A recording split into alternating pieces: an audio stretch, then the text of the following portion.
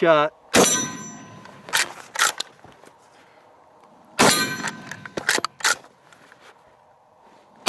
That hits with some authority, don't it? Yeah, it does.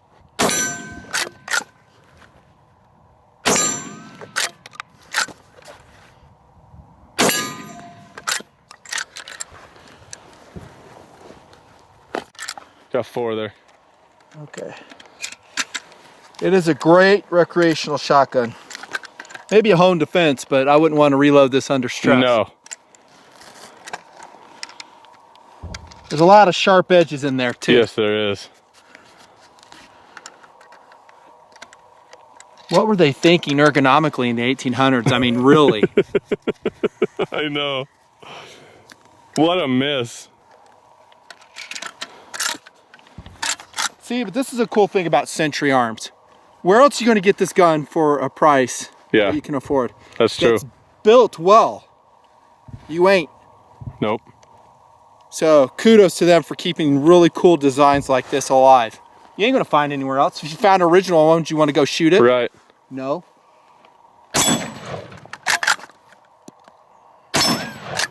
Well, those buckshot, I like coming off the shoulder. Makes sense. Just I get a real positive ejection that way. It's a win. PW87. Neat.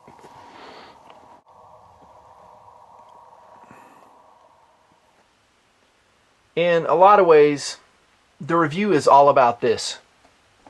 That gun, the presentation you're looking at on the table, is cool. It looks cool. It's personality filled. And I like it. It attracts me. Some insight. I'd actually started this GRV with just the shotgun, swimming in what I call a sea of blue, the reviewing cloth on the table. It wasn't happening. It didn't look right. It looked boring, lonely. I stopped the camera. I was like, nah, the gun deserves more. So I went scrounging for the props you're looking at right now.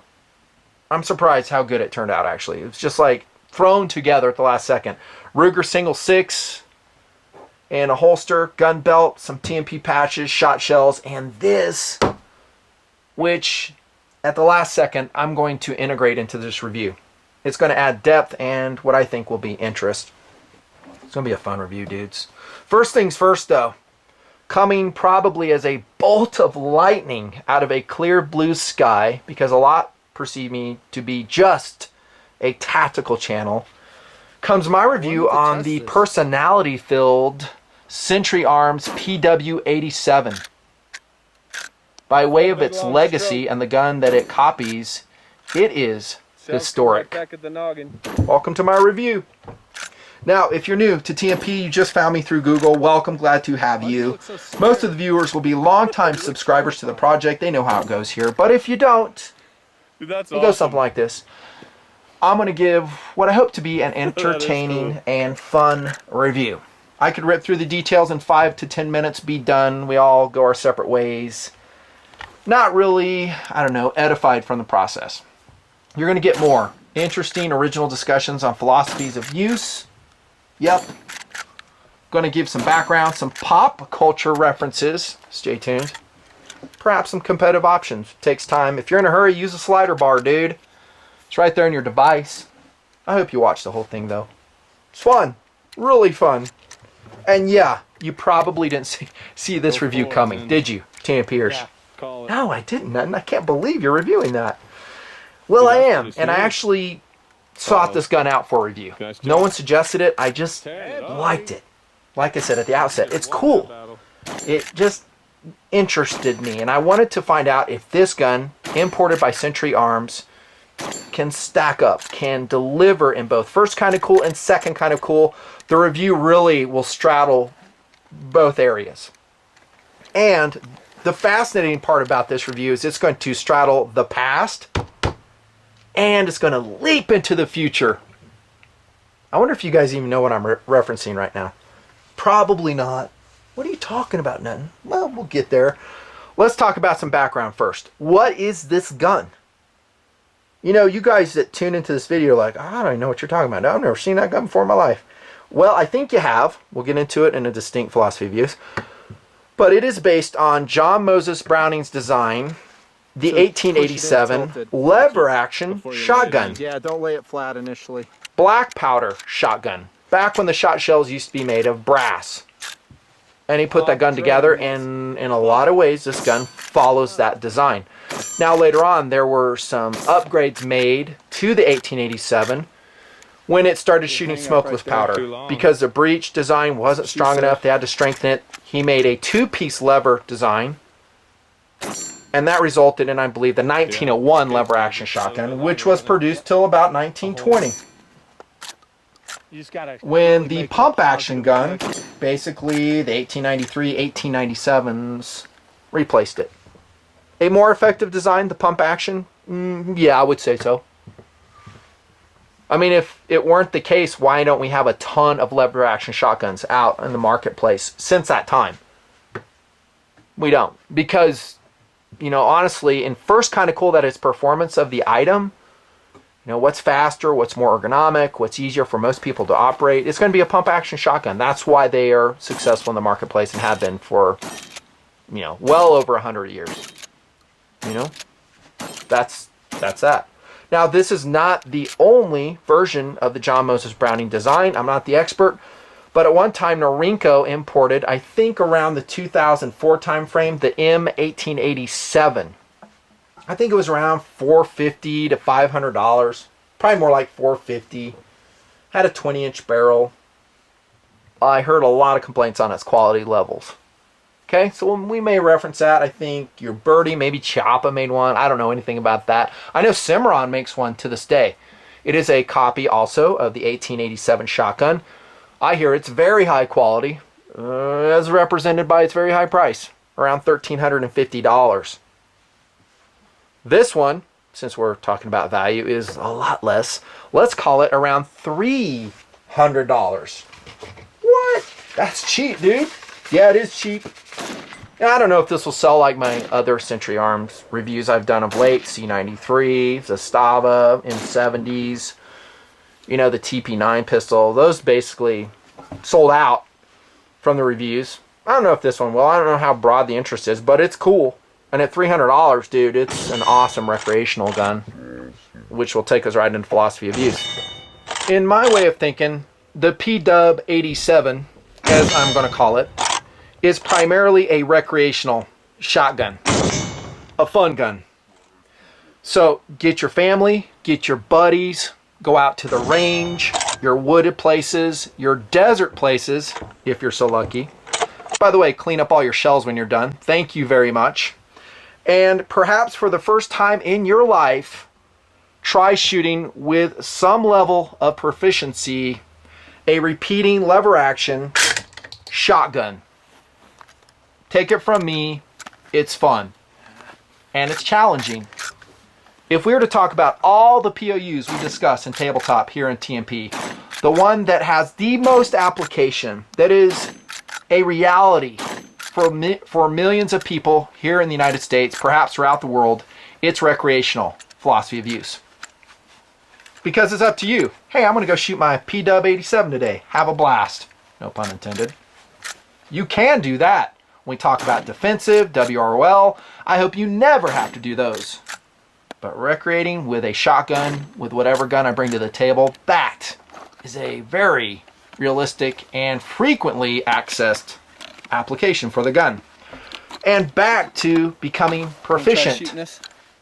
I think it's fun for guys to shoot a different type of firearm. I mean, we know AR-15s, we know semi-automatic pistols, perhaps some of us know revolvers, even single action varieties. For me, I like the challenge of developing a new skill set, right? And we might as well roll this in here now because it's part of this same discussion. A competition gun in cowboy action shooting and SAS competitions, the Century Arms PW87. I think several guys use it. Several, maybe many, I don't know. And that's my way of thinking what those competitions are all about. Running these old-fashioned guns fast, proficiently, using that technology for a friendly competition, to me that's fun. I mean, don't go inviting me. I'm so maxed out with TMP and life and job and family. But if I didn't have TMP, I would probably be in cowboy action shooting. That's how it appeals to me. It just looks fun. And the people who go to those competitions are cool people. They're nice from what I know about them. Down to earth, fun. Yes, they'll run an 1897, a 1901, you know, this gun, the PW87. In their competitions. It's fun. And take it from me, it's not a give me. And we were talking about, well, I made a quick reference to it, that perhaps in your life, like me, you've never ran a lever action shotgun before. I mean, have you? Before this review, I hadn't. I mean, I thought about it. If I did, I don't remember it. It's fun. It's also challenging. I don't know if this is the best gun, talking about recreating, for small-statured folks, maybe female shooters. I gave it to Mrs. Nutnfancy. She's 5'2", all of 102 pounds, and she was having difficulty with it. I could have spent time teaching her, but we had some other guns we had to run through, so I just got a hold of it and shucked the shells through. It's just a data point, and along those lines, this is probably a really good time to discuss ergonomics and why it is different and perhaps more challenging to run than a pump-action shotgun, a double barrel, a semi-auto shotgun. First is the lever that John Moses Browning designed. Now this PW87 is not an exact copy of the 1887 because that one, the black powder version, black powder receiver, had a single piece lever. This actually adopts, from my understanding, which is always imperfect, the 1901 design, which is a two-piece hinged lever. So when you start, you actuate it, it actually unlocks the lever right here. You can actually see a little bit of articulation right here. And then you cycle the gun. The trigger itself is very small and unusual looking. Imagine that. It has the ergonomics of the 19th century. Not to be changed, because that's not what this gun is about. This gun is being modern in its operation and its reliability, its accuracy, all those good things, but old-fashioned as much as possible and true to the John Browning design. We're talking second kind of cool here. You guessed it. And ergonomics. So that's a lever. It is a shotgun shell that you're cycling. Not a 30-30, not a 22 rimfire. It's going to take a long stroke of the lever to extract a shell and to put a new one in. If you screw that process up somewhere along the way, it is likely, as happened with me, you're going to have a shell fail to extract. You've got to be purposeful in the actuation of the lever. Dedicated. If you do that, chances are you're going to have good experience with this 2 3/4 inch chambered PW87. Doesn't have a safety, by the way. You're looking at it. It's a very short and bobbed hammer in full cock position as shown there. Everything look good? It does have a half cock position. Be careful when you lower it. Kind of like that. That's half cock. Okay, and then full cock again comes all the way back. Make sure I told you right. I gotta pull the trigger for that. All the way. Yep, that's right.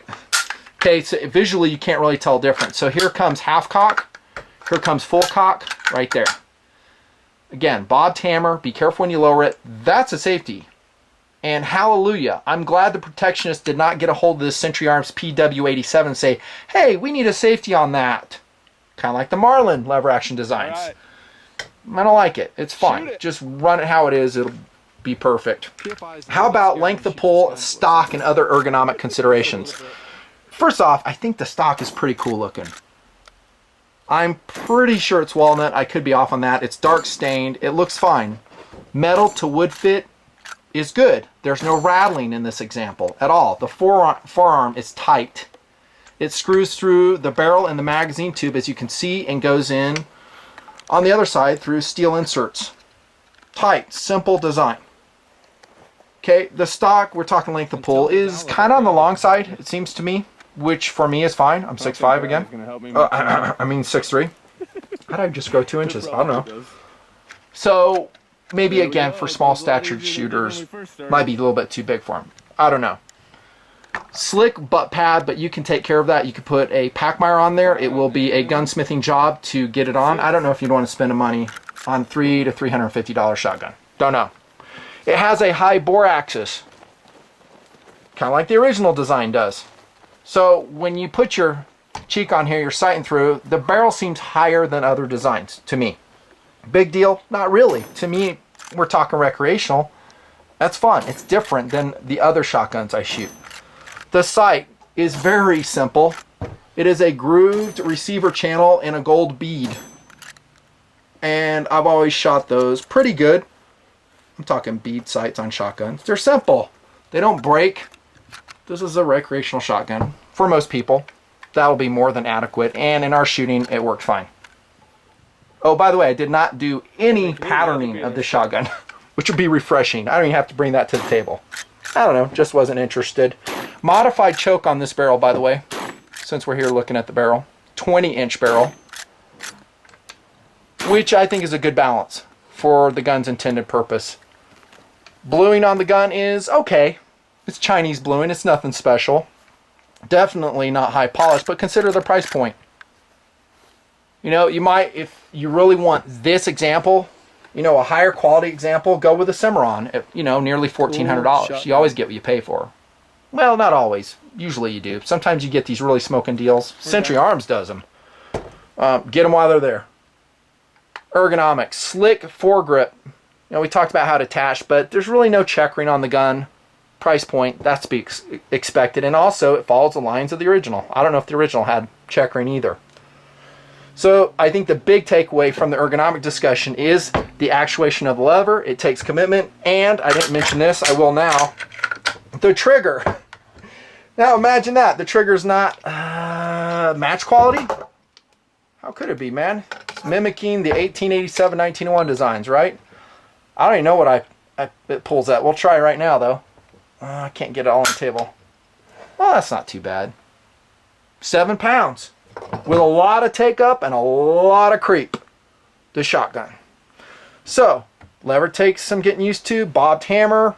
7-pound trigger with a lot of take up. Higher bore axis. Slick stock. To me, that's all fun to master. Because you get your buddies out and you go, okay, dude, box of shells, maybe set up a course with a PW87 and you run it. That's fun. Recreational philosophy of use. And dovetailing into that, we're going to go back to this. The history of the gun. This, by the way, is called the Gunfighters. In my possession since I was a little child. I've never shown this in any review, like I said. It was once upon a time from Time Life Books. If you can find it, buy it. It is part of an entire series on the Old West. I grew up reading this book and I still love it. Whoop, little nudity there. Hey, that's cool. Check this out. So here's some gunfighters that were capped. You know, they took pictures of them, recorded for posterity. They did that all the time in the Old West. Say, hey man, you want to come to our town? You want to cause problems? You want to rob banks?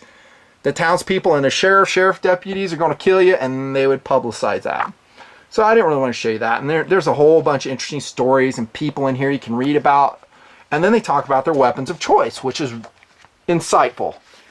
I mean, they have some great, these pages are getting really old. These came out in the 1970s. A good variety of single action guns. What was popular with which gunfighters. Very cool. Hideout pistols. There's some 38s and suspender holsters. Knuckle Buster 32, Smith & Wesson Pocket 38. Just cool stuff. And I was hoping that they had this gun in there. And that's why I went hunting for it when I was looking for the props for the table. I was like, man, I wonder if that have an 1887. And, maybe I missed it, but I don't see it in there. These were the guns of choice. They got several Winchester carbines in there, Henry rifle, and then the double action, not double action, but the double barrel shotguns, usually in 10 gauge. Interesting. Old West. That, to me, is another distinctive reason for owning this gun. You can't own the original. You own this gun. You go back to it. And now, we're going to jump into the future. In philosophy of use. And I said pop culture. Does this gun yet ring a bell? We've talked about recreational, we've talked about Old West, but have you seen this in a movie which imbues it with a certain level of coolness? If you said Terminator 2, congratulations, sir, because you are correct. And here comes another prop. Told you we're going to go from the old to the new. Where did that come from, Nutton? Off Tactical Doodle's desk. It is a Hot Toys model of apparently a T700, and it is cool. 1/6 scale. T2. Well, T2 is a movie I'm referring to. Look at this, too. It lights up. How special is that? Awesome. I might play with this thing for a little bit. Oh, I'm getting carried away. But in the movie Terminator 2, which, by the way, is probably one of the best sequels ever produced, in my opinion. Very cool movie. Very well done. Other than John Connor, that brat kid, great casting in the movie. Arnold comes back as, what, the T-800? To save John Connor, he goes to the biker bar, and you guessed it, he scores himself a Winchester 1887. Here come the photos. Oh, man. You talk about imbuing a certain gun with a level of coolness, that movie did it. Now, let me tell you, having shot this gun a fair amount, I'm talking the PW87, which is the same style. You know how he flip cocks that thing on the motorcycle? Yeah, I say good luck. Maybe it's because this gun is newer and it's rougher, and if you, again, smooth the parts out, polish the parts, it would go so much easier. And the movie gun he was using on the motorcycle was a large loop, genuine, my way of understanding, imperfect, Winchester 1887. Cut down, of course. And he was actually doing that. And then other parts in the movie, they had a standard lever 1887. But I can't imagine doing it with this. It's just too rough. Never mind the large loop, the absence of it. But throughout that movie, the gun is seen prominently, you know, probably imbued with more damage capability than it really is. It's just a 12-gauge shotgun, but you would think he's firing a 40-millimeter grenade launcher, which, yes, does make an appearance later in the movie. But the 1887 is all throughout, and man, is it a great movie gun. It's unique, it's interesting. The same reason that makes it fun to shoot, different, unique, and interesting, makes it a great movie gun. That's why James Cameron used it, wisely so. So that goes back to both recreational, maybe you call it collectability, and tying into the Old West. It is an interesting gun. Thank you, Terminator 2. Last POU that I can think of, well, a couple more. Defensive gun, I'm going to leave the robot on the table for now. Hope you like it. Home defense gun, yeah, you could. I just think the reloading process, and I'm glad I remembered this, is tedious. Okay, so ergonomics, I forgot to mention this. Here it comes. The lever comes down. It is a breech loader, rolling block lever action shotgun, right? Let me get a flashlight so you can see down in here. Yeah, another quarter. Now you notice how I sat that lifter down again. So once again, I open up the gun. The lifter's right there, and then I'm going to come down here so it flattens out. I'm gonna do That's a seance your to loading. contact the designer of this gun, And at after first, I say, PFI dude "Hey, myself went out and shooting this as well on one outing, and we learned that you can't just put the shells in straight. You want to angle them at a 45-degree angle. You'll see lots of videos of us doing that. Whatever the name is. Probably best done without gloves so fabric doesn't get in the way, because there are some sharp edges down there. And it's a process that needs to be mastered. Once you get the hang of it, it goes pretty quick. I would not, however, want to do that in a defensive situation. Not when so many other equally high value shotguns are out there. Okay, so not my first choice. Basically for the magazine capacity, which is 5+1, maybe 6+1 if you throw one on the shell lifter and finagle it and load the chamber as well. I didn't try that, but some dudes say you can do that. It's not enough firepower for me. So, defensive philosophy use, and then last but not least is an Australian shotgun. Because I guess down there, and I'm not the expert on Australian shotgun rules, but they can't have a pump shotgun that holds this capacity, that capacity. You'll see viewers who are from Australia may comment on it. Maybe the PW87 would be a good option. I'd take it over a double barrel shotgun. Definitely. I think we covered mostly on the design, materials, and quality. My overall feel on the Century Arms PW87, which by the way is produced in China by the Zhongzhou Machine Works in China, is pretty good. I've got sweat stains all over it. I didn't even try to polish it up, so don't judge that by that. I say it's pretty good. It's much better than I thought. Is it perfect? I showed in Ergonomics. There could be some improvements, but for the quality level, pretty smoking. And Century Arms does such a great job importing these guns, which introduce shooters to these amazing designs, which if it weren't for Century Arms and Zhongzhou would be lost for all time and eternity, right?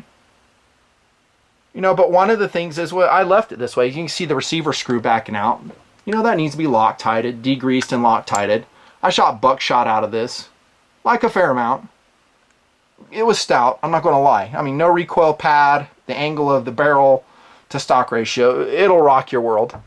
Whatever, you know, it's part of the experience. But the quality's pretty good. The wood stock is good, the bluing is adequate. I really think it's going to last a long time.